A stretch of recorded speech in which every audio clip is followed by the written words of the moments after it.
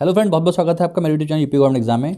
दोस्तों, आपका एआरओ का पेपर हो चुका है और जो भी क्वेश्चंस में आए हुए थे वो सारे ही मॉडरेट लेवल के थे, ना ही बहुत ज़्यादा टफ था और ना ही बहुत ज़्यादा आसान था। और कुछ क्वेश्चन ऐसे थे जो आपकी समझ पे आधारित थे। अगर आपने क्वेश्चंस को बहुत अच्छे तरीके से अटैम्प्ट किया है तो आप उन क्वेश्चंस को भी सॉल्व कर सकते थे। और उन्हीं क्वेश्चंस के पैटर्न पे मैंने सारे क्वेश्चन लिए हैं, इसलिए वीडियो को पूरा देखें और सारे क्वेश्चन को अच्छे तरीके से समझ के देखें और इससे रिलेटेड टॉपिक को भी आप पढ़ के जाएँ। दोस्तों, स्टार्ट करते हैं कि पहला क्वेश्चन कह रहा है, वर्ड में यूजर द्वारा सिलेक्ट टेक्स्ट को सेंटरिंग के लिए शॉर्टकट की क्या है। यानी कि टेक्स्ट जो भी लिखा है अगर आप उसे सेंटर में लाएं तो क्या कमांड दें आप। Control A, control B, control C, control D या कंट्रोल ई। आंसर होगा कंट्रोल ई। देखिए, सेंटरिंग के लिए सी का प्रयोग ना करें, क्योंकि अगर किसी ने नहीं पढ़ा है तो वो कंट्रोल सी लगा सकता है पर सी नहीं होगा। आपका आंसर होगा कंट्रोल प्लस ई। अगला क्वेश्चन देखिए, माइक्रोसॉफ्ट वर्ड में मूलतः दो प्रकार की फॉर्मेटिंग होती है। पहली होती है करेक्टर फॉर्मेटिंग, दूसरी वाली आपको बतानी है paragraph formatting, sentence formatting, word formatting या फॉन्ट फॉर्मेटिंग। आंसर होगा पैराग्राफ फॉर्मेटिंग। ठीक है, आपसे पूछे कि माइक्रोसॉफ्ट वर्ड में कितने प्रकार की फॉर्मेटिंग होती है तो आंसर होगा दो। अब कौन कौन सी होती है, तो एक होती है करेक्टर वाली, दूसरी होती है पैराग्राफ वाली। अगला क्वेश्चन देखिए, माइक्रोसॉफ्ट वर्ड में वर्तमान प्रलेख के बारे में जानकारी प्रदान करता है। यानी वर्तमान जो प्रेजेंट में चल रहा है उसके बारे में कौन सा बटन या कौन सा टूल बार बताता है। तो क्या होगा answer, drawing tool bar, view button, status bar या टैब बार। तो वर्तमान मतलब प्रेजेंट के लिए स्टेटस बार बताता है कि वर्तमान में कौन सी चीज़ चल रही है, कौन सी फाइल खुली हुई है, ये बताएगा आपका स्टेटस बार। नई एमएस एक्सेल वर्कशीट में स्तंभों की संख्या कितनी है। यानी इस तरीके के जो कॉलम्स हैं उनमें कितनी संख्या है वर्कशीट में। ठीक है, तो नई जो एक्सेल की सीट आई है, अच्छा एक्सेल किसके अंतर्गत आता है, वो आता है माइक्रोसॉफ्ट वर्ड के अंदर। ठीक है, एमएस ऑफिस के अंतर्गत आता है। ठीक है, तो कितने हैं उसके अंदर, वो हैं आपके 2 की पावर 8। ठीक है, तो 2 की पावर 8 का मतलब क्या हुआ, 256। ठीक है, तो 256 वर्कशीट में स्तंभों की संख्या है। अगला देखिए,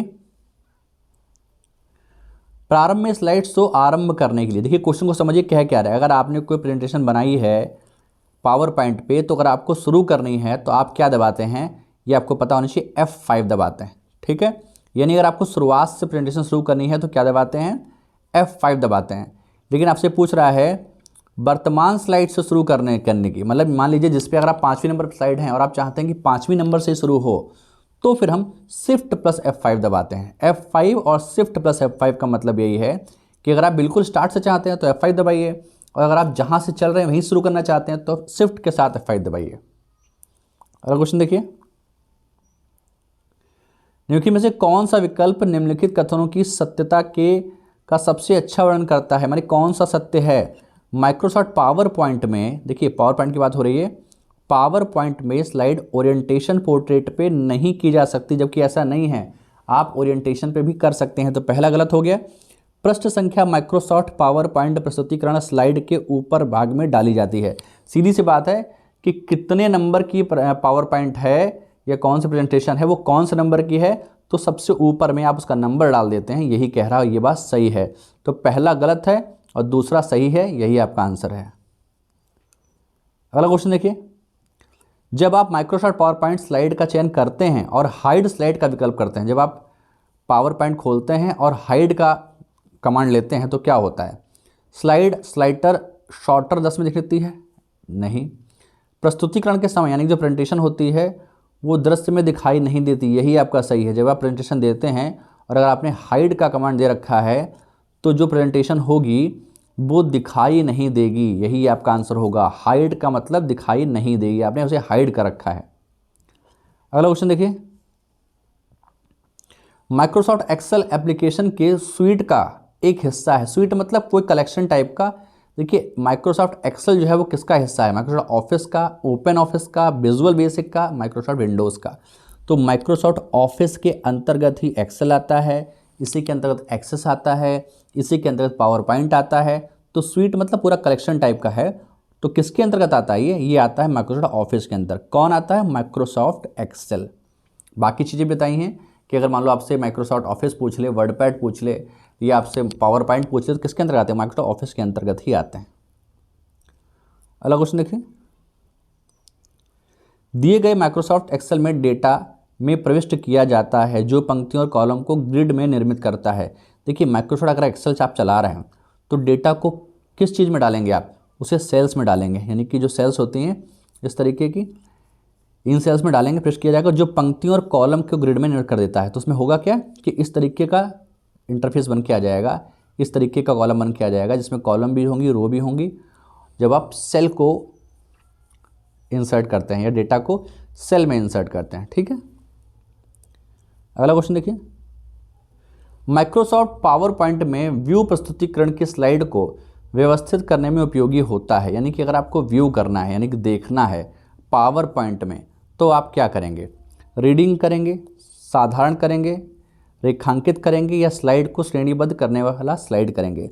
देखिए पावर पॉइंट है तो जाहिर सी बात स्लाइड ही बनेंगे। ठीक है, अब उसके लिए आपको व्यू करना है तो क्या करेंगे आप, स्लाइड को श्रेणीबद्ध यानी सीरीज में लगा देंगे। ठीक है, स्लाइड शॉर्टर लगा देंगे तो आंसर होगा स्लाइड को श्रेणीबद्ध करने वाला, यानी कि स्लाइड शॉर्टर करेंगे या उसे क्रमबद्ध कर देंगे। अगला क्वेश्चन देखिए, यदि एक्सेल वर्कशीट को पावर पॉइंट प्रस्तुतिकरण में इस्तेमाल करने के लिए लिंक करना हो तो उनमें से क्या करेंगे। देखिए एक्सेल की वर्कशीट को आपको पावर पॉइंट में इस्तेमाल करना हो तो अक्सर होता क्या है कि जब हम एक चीज़ को कहीं दूसरे के ले आते हैं तो हम लोग कॉपी पर पेस्ट कर देते हैं।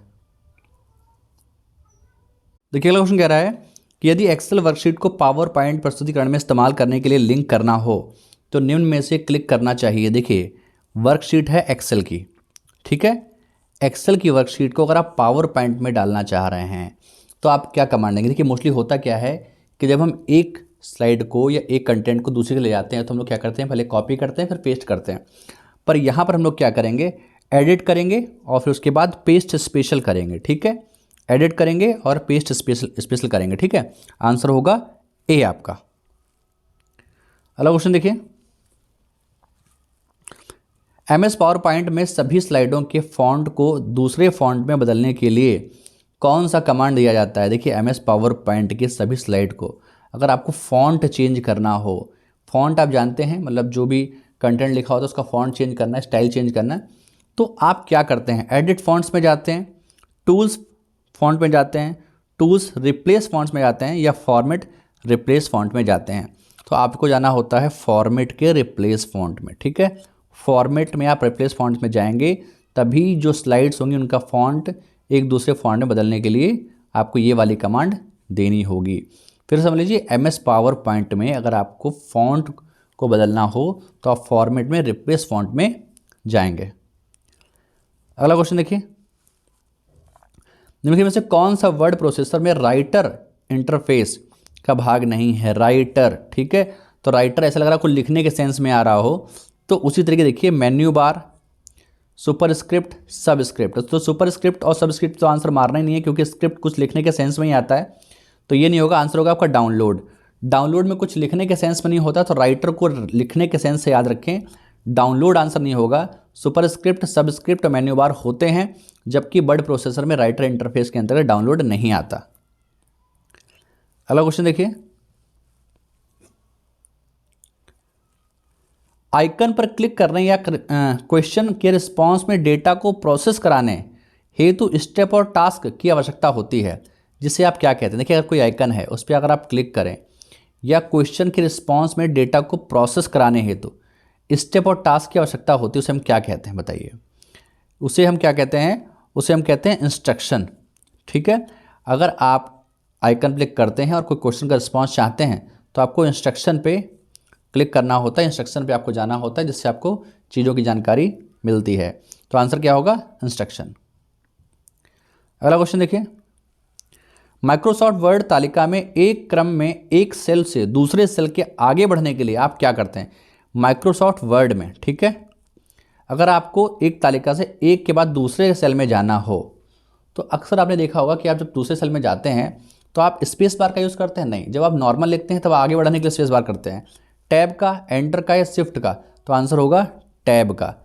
टैब के प्रयोग से कई सारी सेल्स में अगर आपको आगे जाना है या नीचे जाना है तो आप टैब से जा सकते हैं, आप टैब का प्रयोग करते हैं। ठीक है, अगला क्वेश्चन देखिए, MS वर्ड में किसी डॉक्यूमेंट में अंत में किए गए कार्य को अनुक्रिया करने के लिए शॉर्टकट की कौन सी है। यानी MS वर्ड में किसी डॉक्यूमेंट के अंत में किए गए कार्य को, अनुक्रिया मतलब जो आपने किया है उसे हटा देना, यानी उसे बदलने के लिए कई बार ऐसा होता है कुछ गलत लिख जाता है तो हम चाहते हैं कि वो चीज़ खत्म हो जाए, तो हम क्या देते हैं कमांड, तो आंसर होता है Ctrl+Z।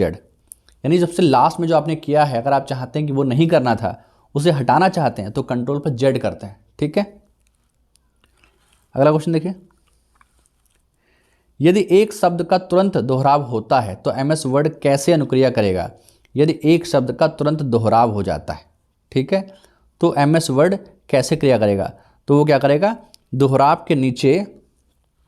शब्द के नीचे एक लाल तरंगदार रेखा बना देगा। ठीक है, यानी अगर तुरंत शब्द का दोहराव हुआ है तो वो इंडिकेशन में क्या करता है, वो उस वर्ड के नीचे एक लाल जो है लाइन खींच देता है ताकि पता चल जाए कि ये चीज़ रिपीट हुई है। अगला क्वेश्चन देखिए। माइक्रोसॉफ्ट वर्ड में पृष्ठ के अंत में पैराग्राफ के किसी विशेष शब्द का विवरण लिखने के लिए निम्नलिखित में से किस विकल्प का उपयोग किया जाता है। देखिए वर्ड के अंत में कह रहा है, ठीक है, और अंत में लिखने के लिए हम क्या करते हैं, हम लोग फुट नोट का प्रयोग करते हैं। फुट नोट मतलब सबसे अंत में लिखने के लिए। ठीक है, टेबल एंड नोट का मतलब नहीं है, आंसर होगा फुट नोट का प्रयोग करते हैं एंड में पैराग्राफ की किसी विशेष शब्द का विवरण करने के लिए। ठीक है, यानी अगर पैराग्राफ में कुछ ऐसा शब्द लिखा हुआ है जिसके बारे में किसी को बताना है तो सबसे अंत में जो है फुट नोट का प्रयोग किया जाता है। अगला क्वेश्चन देखिए। माइक्रोसॉफ्ट वर्ड दस्तावेज में टेक्स्ट पर लागू किया जा सकने वाला सबसे छोटा फॉन्ट का आकार क्या होता है। सबसे छोटा फॉन्ट, देखिए जब हम लोग लिखते हैं कुछ तो हम लोग फॉन्ट को कुछ बड़ा करते हैं ताकि थोड़ा बड़ा बड़ा दिखने लगे, तो सबसे छोटा वाला फॉन्ट क्या है, वो है 8। और आपने देखा होगा कि अगर पूछे सबसे ज़्यादा वाला कौन सा है तो सबसे ज़्यादा होता है 72, इससे बड़ा नहीं होता। माइक्रोसॉफ्ट वर्ड में सबसे बड़ा जो होता है वो 72 होता है और सबसे छोटा फॉन्ट जो होता है वो 8 का होता है। तो दोस्तों सारे क्वेश्चन बहुत इंपॉर्टेंट है। अगर आप मेरे चैनल पर नए हैं तो प्लीज़ चैनल को सब्सक्राइब कर लीजिए। अगर आपको वीडियो थोड़ा सा भी हेल्पफुल लगा हो तो वीडियो को लाइक कर दीजिएगा। दोस्तों चैनल के लिए धन्यवाद।